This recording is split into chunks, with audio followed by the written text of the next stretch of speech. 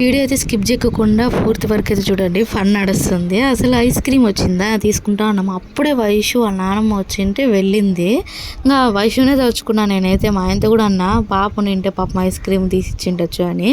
మా ఆయన నా బాధ చూడలేక బండానికి కూడా చెప్పాను, నేను అమౌంట్ వేస్తాను, పక్క వీధిలో పాప ఉంటుంది ఇచ్చేస్తావంటే, నేను ఆ వీధి నుంచి వచ్చాను మళ్ళీ అట్లా వెళ్ళను అన్నాడు.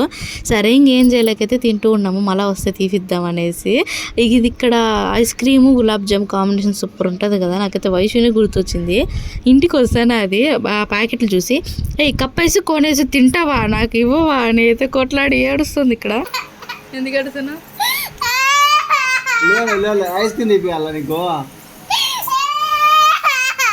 లేదు పో, నేను తిన్నాం. నిన్ను ఎవడెళ్ళమన్నాడు? పో,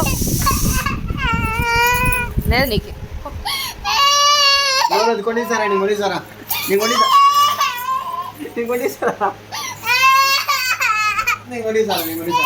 ఏ వయసు కావాలా? ఏ వయసు కావాలా? ఏ వయసు కావాలా? కప్ వయసు కావాలా? కోన్ వయసు కావాలా? ఐస్ బండి వచ్చా చెప్పు నాకు.